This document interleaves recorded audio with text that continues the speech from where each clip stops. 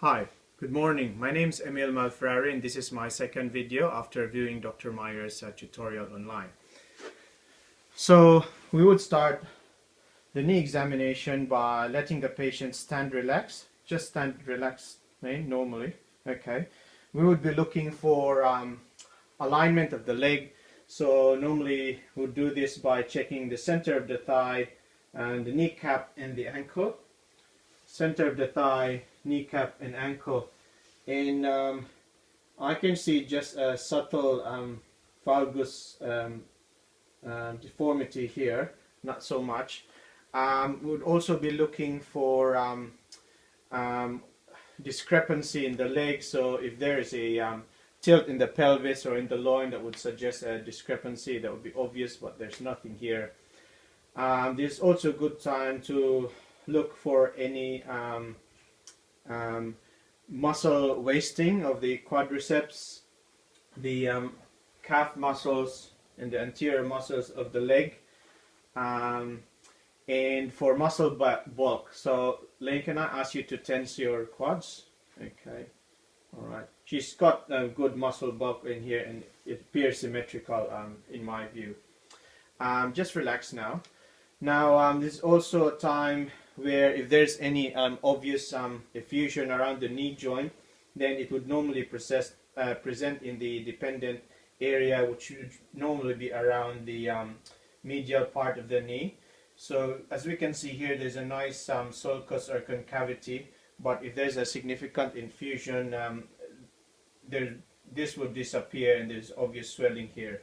At this stage, there's no swelling, there's no scars to suggest any previous surgery.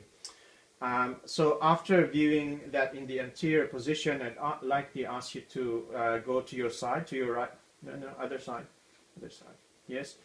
So at this stage, we'd then see from the side, feet together please, okay, and see for any hyperextension of the knee. So can you extend your knee? Yeah, no, just tense it like that. Okay, so there's no hyperextension there, just good. Now I'd like to ask you to face the camera to the back.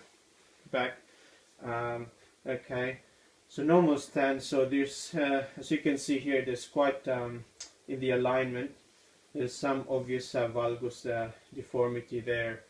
And we can see that the crease of the popliteal are symmetric and equal in height, which is indicative that it looks normal and there's no obvious bulge in the popliteal area to suggest a cyst.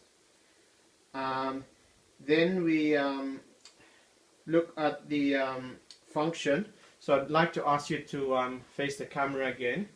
So looking at the test of function, I'd ask you to please squat. Okay, do you feel any pain in there? Okay, just stand. Normally there is pain there, then it would, suspect any meniscal tear or anything like that.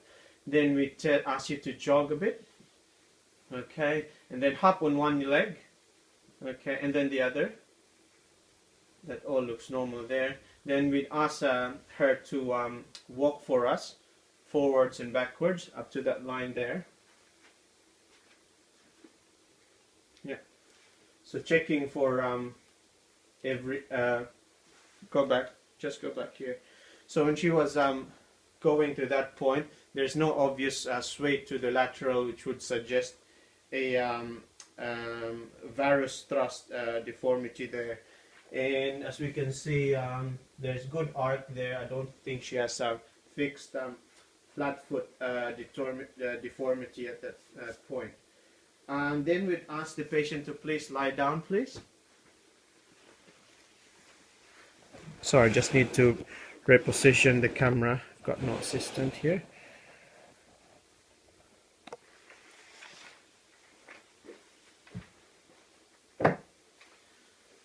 Okay, so looking while the patient's lying down, we again assess for the muscle bulk. There appears to be no wasting there. And then there's also time to assess the leg length discrepancy. The pelvis is nice and squared, and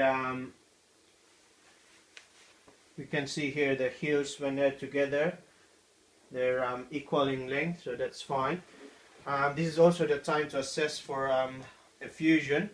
Now, depending on the amount of effusion, whether mild, moderate, or severe, if it's severe, then we would normally do a patellar tap test where we compress the suprapatellar area, and because there's too much fluid, we can actually push the patella down, and there's a tap as it goes back to the femoral condyle. In this case, there's none. But in very mild effusions, 5 to 10 ml, we normally do a sweep test or a bulge test, what others call it, where we normally milk the medial side, then compress the suprapatellar pouch, then sweep from the lateral area, and if there's a fluid wave or it fills back, then there's minimal effusion. For moderate effusion, it just means that there is some ineffective sweep because the fluid just goes back to the medial compartment once you sweep it. Now, then we proceed by having a feel, going to the look feel, so feeling. We normally flex the foot like that, first starting with the medial area, so feeling for tenderness around the medial edge of the patella, the patellar tendon area, the medial condyle of the femur, the tibial tuberosity, the anterior joint line, especially the medial area here, and epicondyle where there's attachment of the medial collateral ligament. In this case, there's no tenderness there. Now, then we assess for the feeling at the lateral area. So, palpating the lateral margin of the patella, the tibial tuberosity, the lateral condyle area, the head of the fibula, the joint line laterally. Can feel the biceps tendon here as well. There seems to be no tenderness in all those areas. Now, next would be to do active and passive movement. So what we do first is text for hyperextension by grabbing her leg. Just relax. So seeing from the side, there seems to be no hyperextension there. Can you tense your muscle here? Okay. Yeah, there's no obvious hyperextension there as well. So I'd like to ask you to please bend your right knee. Just test for flexion. Okay.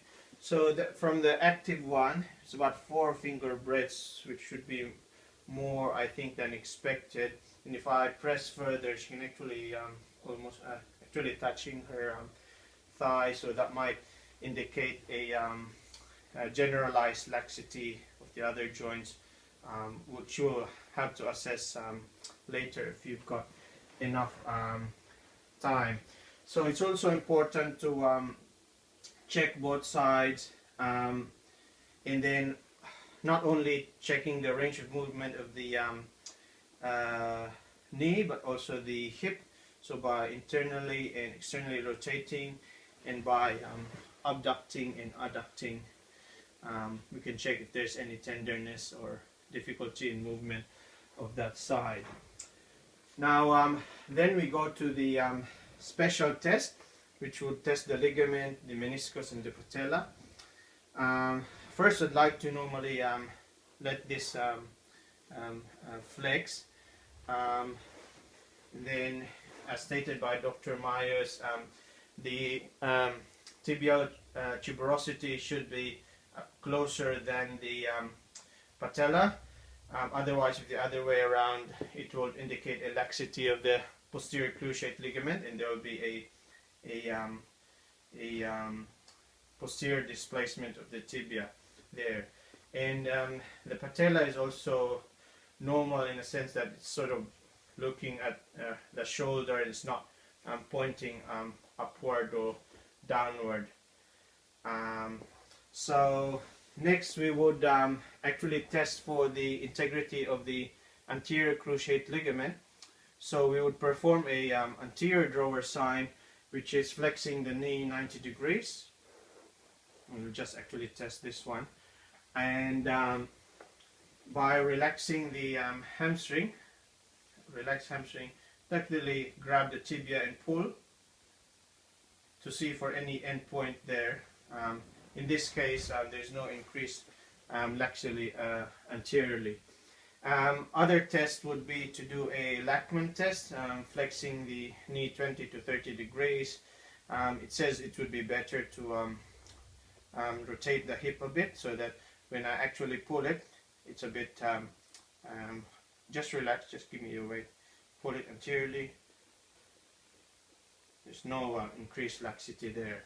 So that's a normal Lachman test, normal ACL. And sometimes they ask to do a pivot shift test with the knee extended, internally rotated, and then applying valgus force. A painful clunk or a jerk or jump would be positive. In this case, that's normal. Oh, apologies for that one.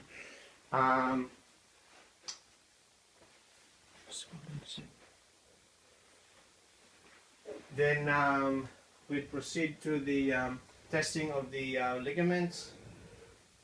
So testing for the medial ligament, we would apply valgus force and lateral varus force.